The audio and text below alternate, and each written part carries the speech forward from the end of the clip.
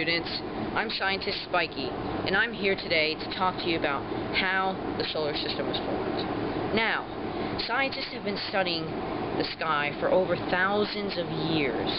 Early on, observers noted information about the changing of positions of planets. These things gave them ideas about how the solar system was set up. Hello, I'm back, and I want to show you a model of our solar system. This here is the center, Earth, and as you can see, the sun rotates around it, but not just the sun. Also, the moon and other planets rotate around Earth. Oh, hello there, Scientist Mikey. How are you doing, Scientist Spikey? I have a question for you. What's that? Why do you have Earth in the center of your solar system? Because according to Greek scientists, the moon, the sun, and all the planets rotated around Earth. That's not a reputable source of information, Scientist Spikey. Ever since 1543, it's been proven by Nick Copernicus that here, the sun, is the center of our solar system.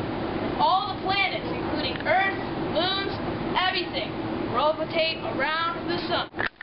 Now we know, thanks to Scientist Mikey, that all the 9 planets in our solar system revolve around the sun. Now back to you, Scientist Mikey. Thank you, Scientist Spikey.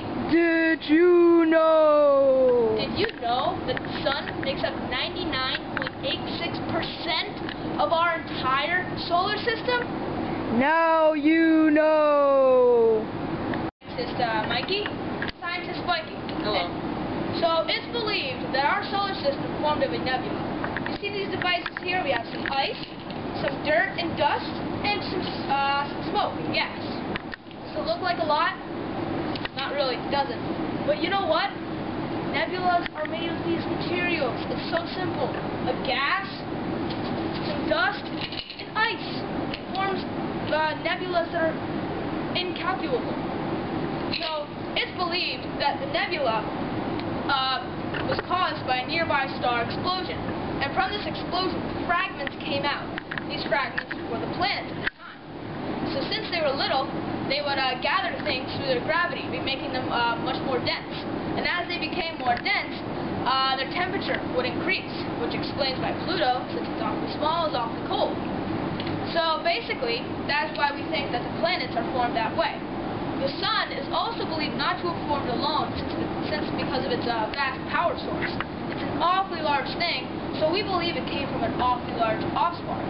We believe that the sun escaped from a big cluster of suns just like it. And that's how we think our solar system formed. You want to see us make a nebula?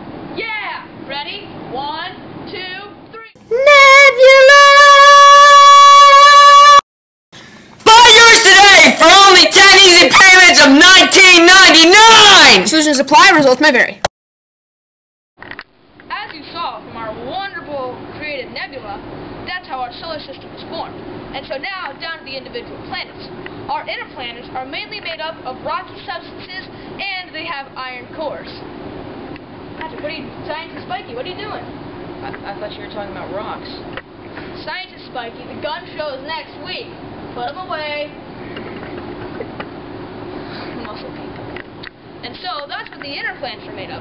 The outer planets, on the other hand, are mainly made up of light substances. And you might think that sounds weird, but even though they are bigger, the substances that make them up are lighter.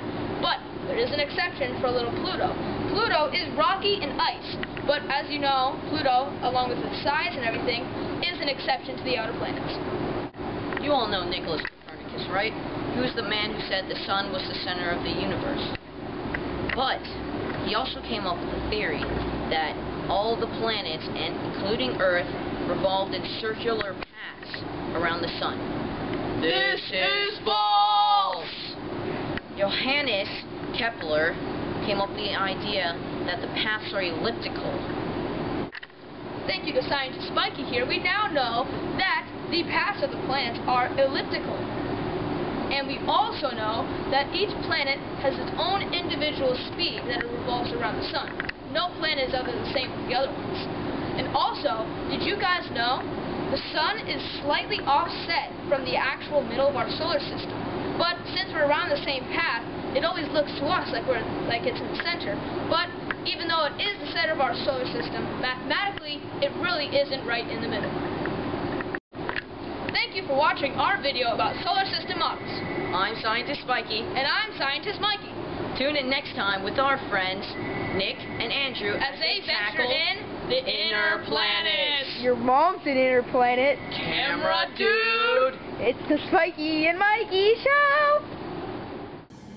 Buy your nebula today! I'm Indiana Bones and I approve this message.